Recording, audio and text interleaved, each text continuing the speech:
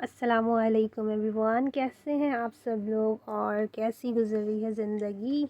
So today's topic is about ख़त नस्ख। ख़त नस्ख में आज जीन की तख्ती सीखेंगे हम। जीन किस तरह से बनाया जाता है, जीन की पहली शक्ल किस तरह से होती है, इंडिविजुअल में हमने जीन किस तरह से बनाया था और ज्वाइनिंग लेटर्स में हम जीन को किस तरह से बनाएंगे। जीन की तख्ती सिर्फ जीन की तख्ती नहीं है, जीन की तख्ती हा की तख्ती भी है, खौ की तख्ती भी है। चलें तो आज के सेशन का आगाज़ कर लेते हैं। बिस्मिल्लाहिर्रहमानिर्रहीम। जीन की तख्ती हम करने लगे हैं। तो जीन की 3 अशकाल हैं। ज्वाइनिंग लेटर्स में जीन हम 3 तरीक़ों से लिख सकते हैं। पहली शक्ल में हम कलम को 70 पे रखते हुए ये अच्छी सी और प्यारी सी नोक बनाएंगे।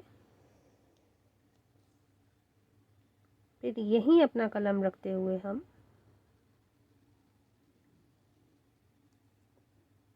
यहाँ ही रहते हुए, यानी कि एक नुक्ते के अंदर अंदर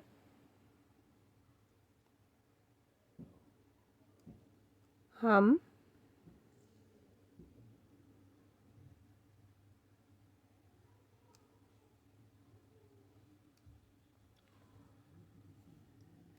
चार नुक्तों का ये जीन का स्टार्टिंग पॉइंट बनाएंगे।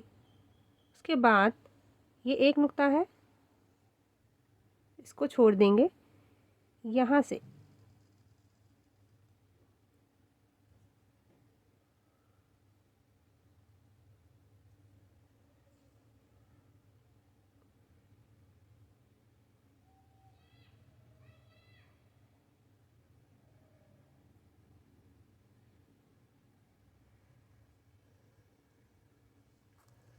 जीम अलिफ, हा अलिफ, खौ अलिफ इस तरह से बनेगा। और जीम की जितनी भी ऊपर जाने वाली अशकाल हैं, जीम के साथ ऊपर जाने वाले जितने भी हरूफ हैं उनके साथ ये वाली पहली शक्ल बनेगी जीम की।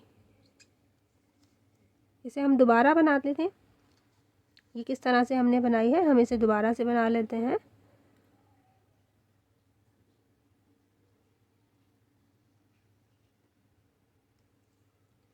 चार नुक्तों तक हम आगे जाएंगे। एक नुक्ता यहाँ से निकालेंगे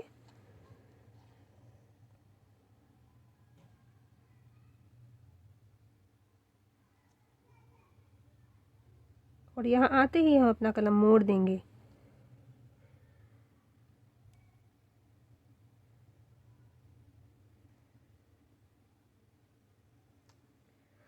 ऊपर ले जाते ही हम इसे खोल भी सकते हैं, यानी ये तरीका भी ठीक है और ये तरीका भी ठीक है।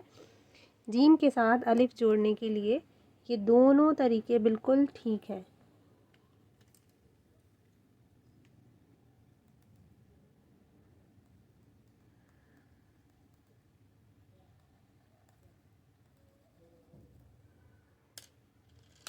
कभी कभी इंक हमारी ज़्यादा निकल आती है, ज़्यादा आ जाती है कलम में।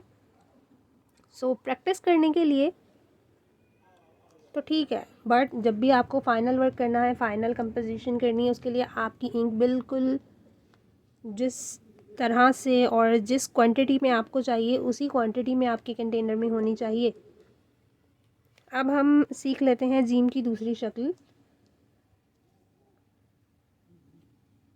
जीम की दूसरी शक्ल के लिए हम जीम को इस तरह से स्टार्ट करेंगे और इस तरह से मोड़ देंगे।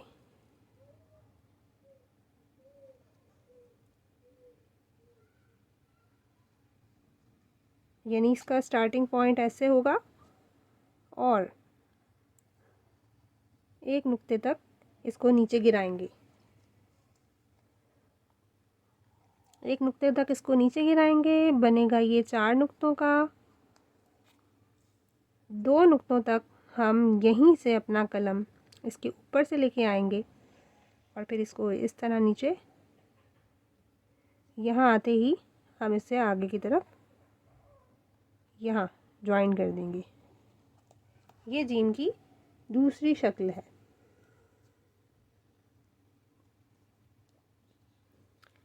दूसरी शक्ल उन हरूफ के लिए होती है जो साथ साथ चलने वाले होते हैं।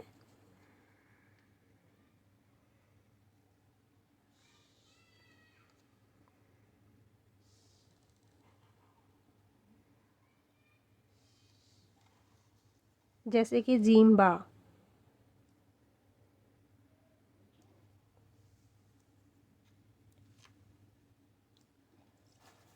लेकिन दूसरी शक्ल जीम के साथ नीचे जाने वाले हरूफ के लिए भी होती है, जैसे कि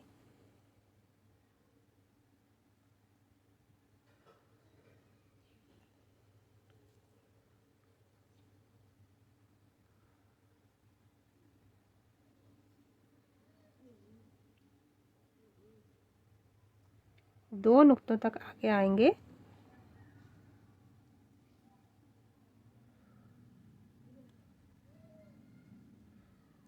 जीम जीम जीम हा।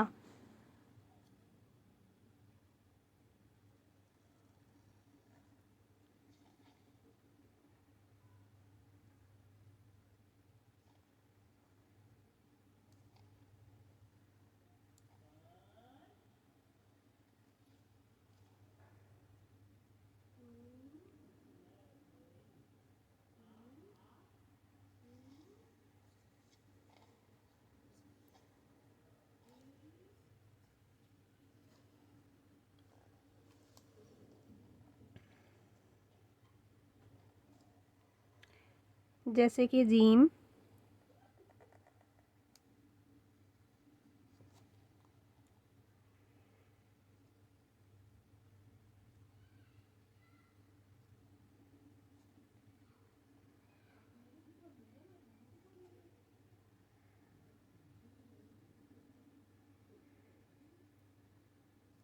रॉ।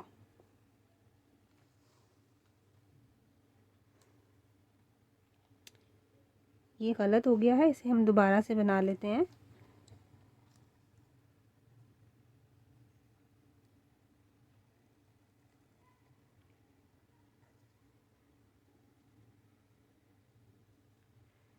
दो नुक्तों तक हम आगे आएंगे,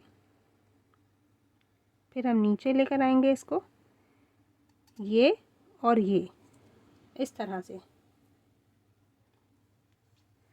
फिर यहाँ अपना कलम रखते हुए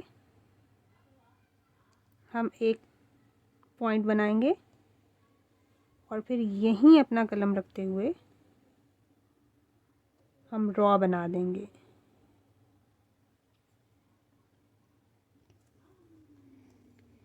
ये जीम की दूसरी शक्ल है।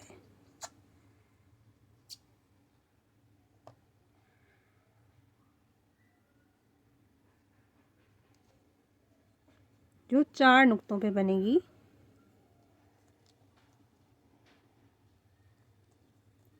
इसी तरह जीम दाल बनाने के लिए, क्योंकि दाल ऊपर की तरफ जाता है, तो हम जीम की पहली शक्ल बनाएंगे।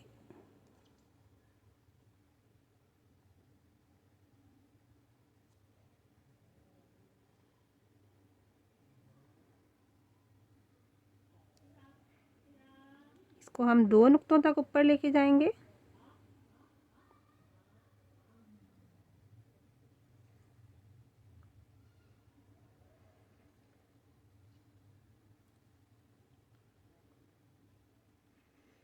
यहाँ हमने कलम रखा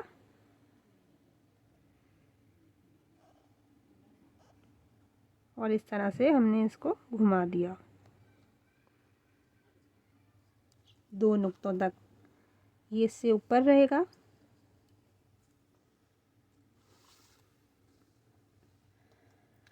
अब हम सीख लेते हैं जीम की तीसरी शक्ल।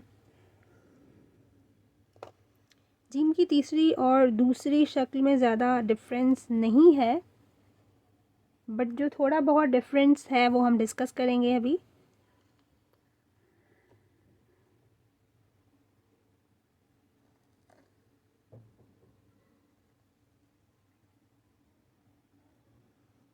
जीम की तीसरी शक्ल में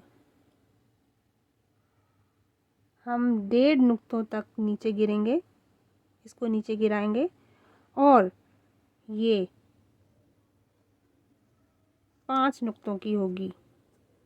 ये 4 नुक्तों की थी, ये 5 नुकात की है। इसका जो आधा है यानी 2.5 नुक्ते कलम के ऊपर ही रहेंगे, कलम को इसके स्याही के ऊपर ही रखेंगे और फिर यहाँ से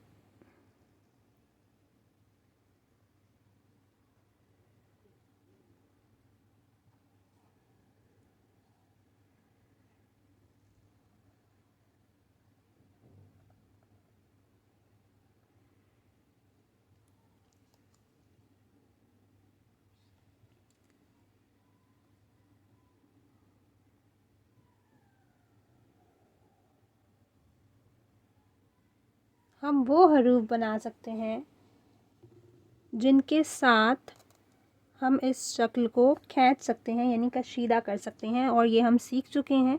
हमारे पास 3 हरूफ हैं जिसमें मीम है, त्वा है और रॉ है, जिससे पहले आने वाले हरूफ हम खींच सकते हैं।